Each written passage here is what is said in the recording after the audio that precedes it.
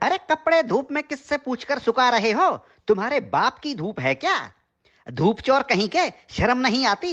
गरीब मुल्क को नुकसान पहुंचा रहे हो, हुकूमत को लूट रहे हो।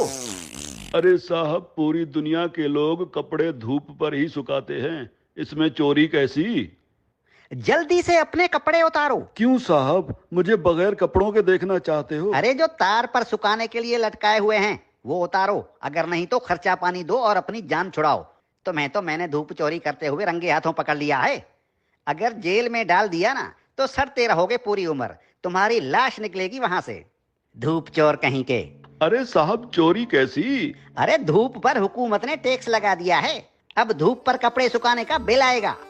हाँ, लेकिन साहब हमने तो सुना है कि हुकूमत ने सोलर सिस्टम पर टैक्स लगाया है। अरे सोलर सिस्टम क्या पानी पर चलता है? नहीं साहब, सोलर सिस्टम तो धूप पर ही चलता है। तो टैक्स किस पर लगा? साहब, सोलर सिस्टम पर। अरे धूप पर लगा ना, मुझे पागल समझ रखा है क्या?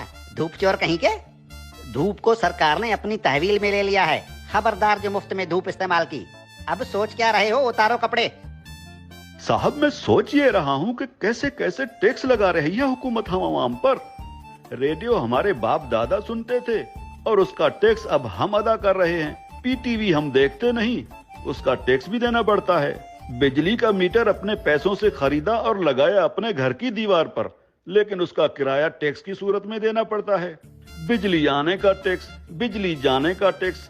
अरे साहब, हम कौन कौन से टैक्स अदा करें? और जो IMF का कर्जा लेकर खा गए हो वो कर्जा कौन उतारेगा? अभी तो सांस लेने पर भी टैक्स लगेगा। मुफ्त में ऑक्सीजन गैस इस्तेमाल कर रहे हो, अपने बाप का माल समझ रखा है क्या?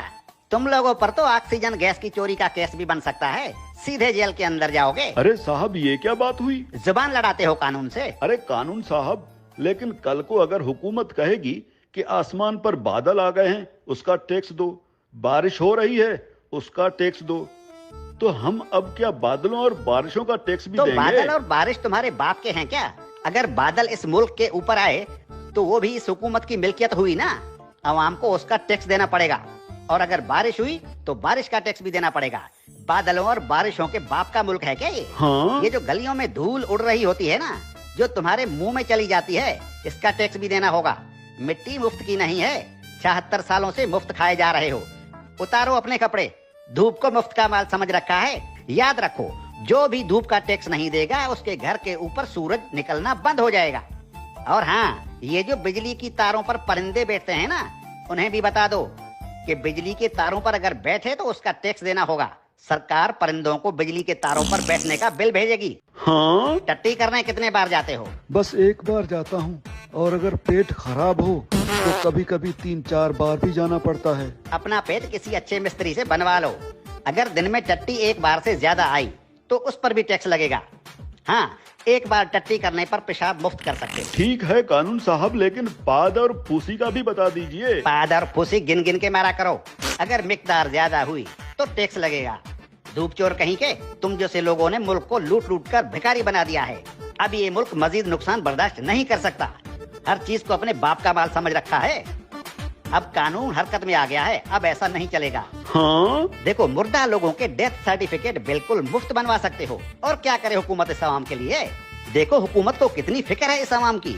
अरे हुक्मरान मुल्क की सड़कें बंद करवा कर 100 बड़ी और दुनिया की महंगी तरीन गाड़ियों की कतारें बनाकर दिन रात मगरिब से मशरिक और शुमाल से जुनूब के चक्कर लगा रहे होते हैं। किसके लिए? आप आवाम के लिए। तंदूर पर रोटियां लगवा रहे हैं। इतनी फिक्र है हुकूमत को इस आवाम की। इस हुकूमत के किस किस भलाई से मुंह फेरोगे साले धूप चोर।